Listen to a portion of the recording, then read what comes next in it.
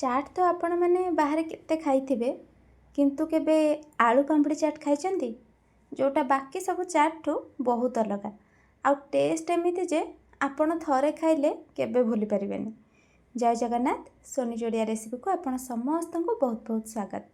प्रथमे पांपड़ बनैबा पई मु नउची गोटे कप मैदा आ गोटे कप मैदारे 1/4 कप सुजी माने 4 भाग मैदारे गोटे भाग सुजी।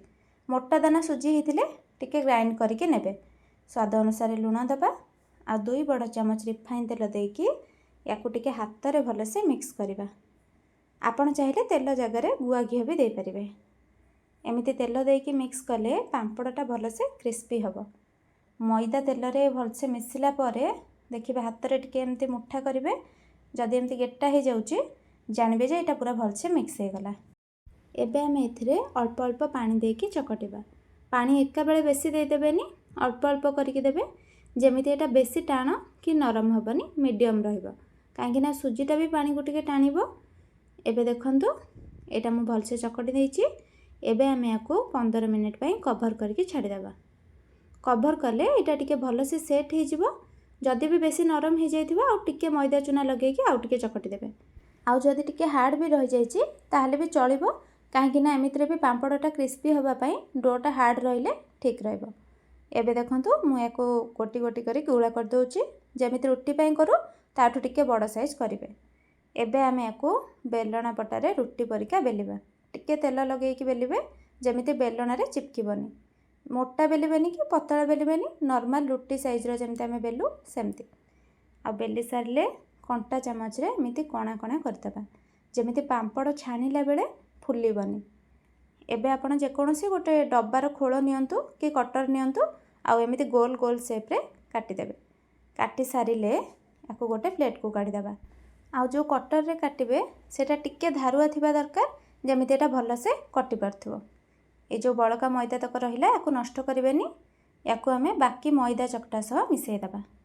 एबे हमें कड़ाई रे मीडियम फ्लेम रे तेल गरम करिबा। आउ सब पांपड़ को गोटी गोटी करके पकेबा। कड़ाई रे जेतिकी जगह हबो सेतिकी देबे, बेसी देबेनी। आउ गैस को हाई फ्लेम जमा करिवेनी नहले पांपड़ नरम हे जिवो, क्रिस्पी हबनी। एबे देखंतु पांपड़ कंचा अछि बोली केमती बबल्स आसुची। आउ देखिबे जेते पांपड़ हे आसीबो सेथरु बबल्स आसीबा बंद हे जिवो।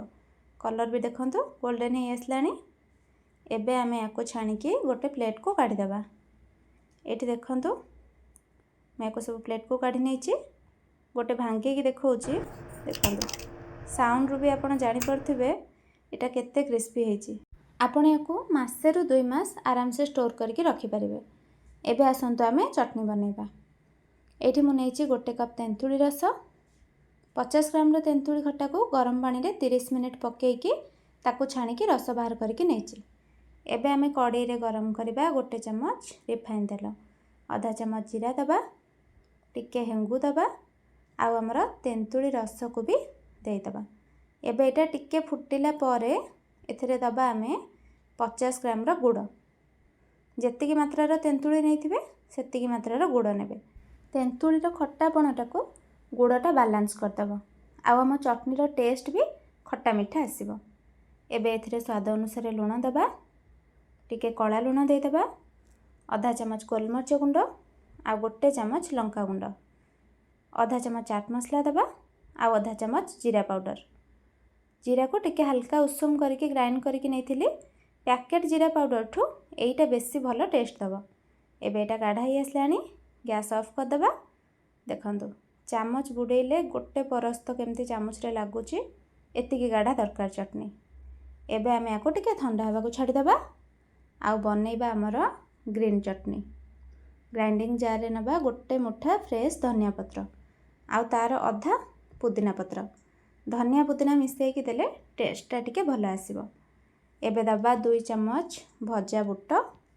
एटा टिके चटनी को गाढ़ा करिवो, टेस्ट भी भलो आसीबो। आधा इंच अदा आउ 2टा कंचा लंका दबा। अदा बेसी पकेइबेनी, चटनी पिता हे जिवो, अल्प टिके देबे।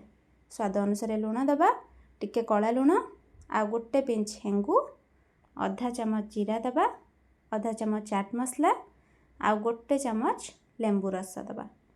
आ बिना पानी रे याकू पूरा स्मूथली ग्राइंड करनबा।